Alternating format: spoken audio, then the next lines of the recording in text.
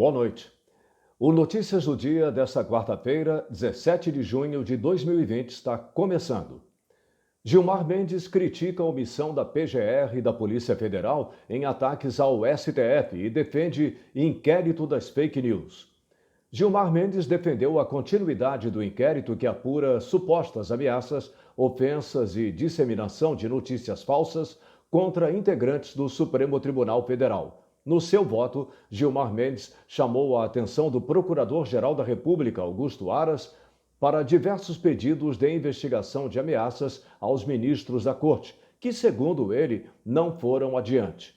O STF já formou maioria para a manutenção do inquérito conduzido por Alexandre de Moraes. O julgamento será retomado na próxima quinta-feira com os votos de Marco Aurélio Melo, Celso de Mello e Dias Toffoli.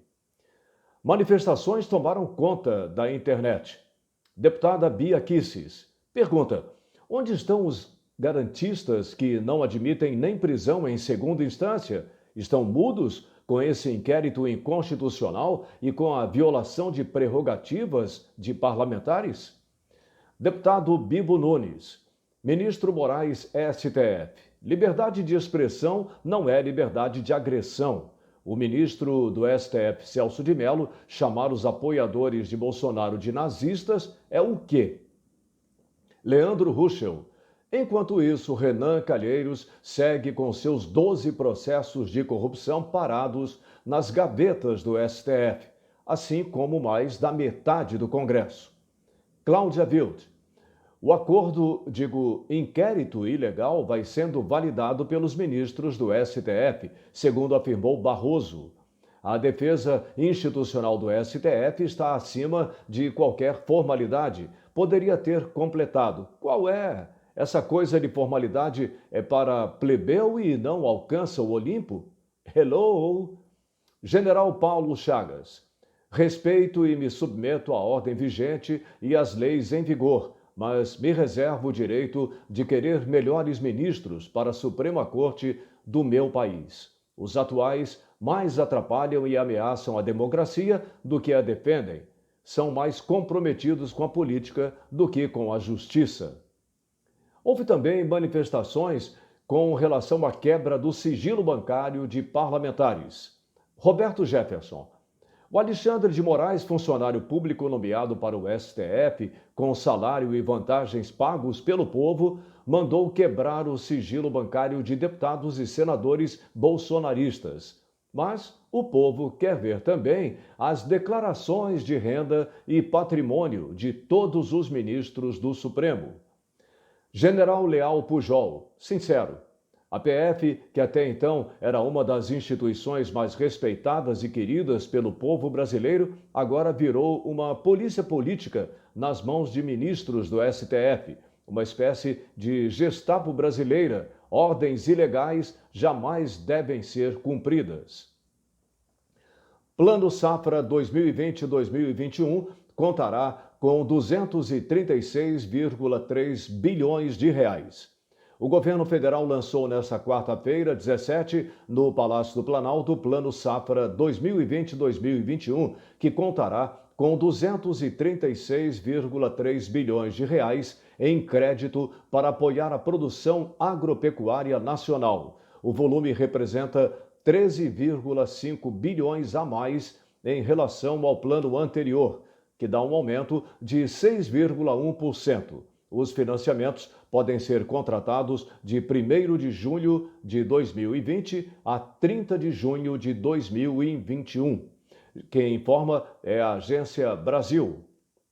Covid-19. Brasil tem 46,5 mil mortes e 955,3 mil casos confirmados. Até o momento, 463.474 pacientes foram recuperados. Os estados com mais casos confirmados de Covid-19 são São Paulo, Rio de Janeiro, Ceará, Pará e Maranhão.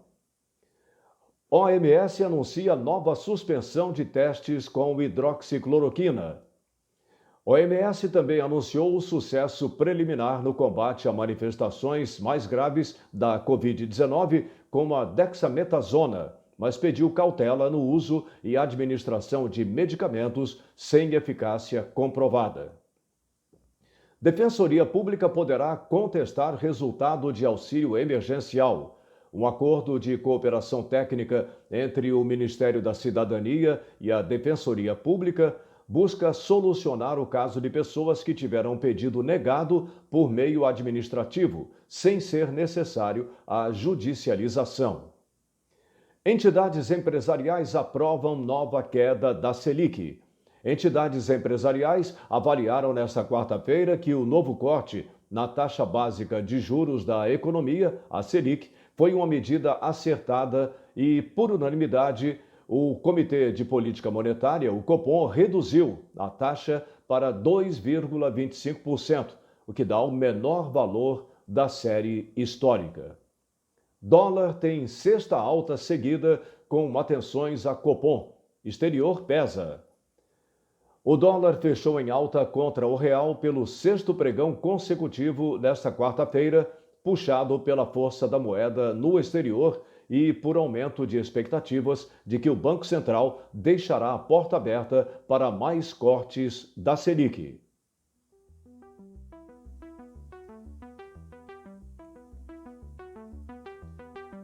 Mais notícias desta quinta-feira, ou melhor, dessa quarta-feira.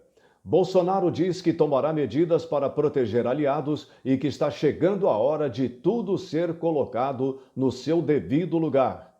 Câmara aprova MP que flexibiliza regras trabalhistas durante a pandemia. STF nega pedido para tirar ministro Weintraub do inquérito das fake news. Alcolumbre fala em consenso sobre eleições entre novembro e dezembro.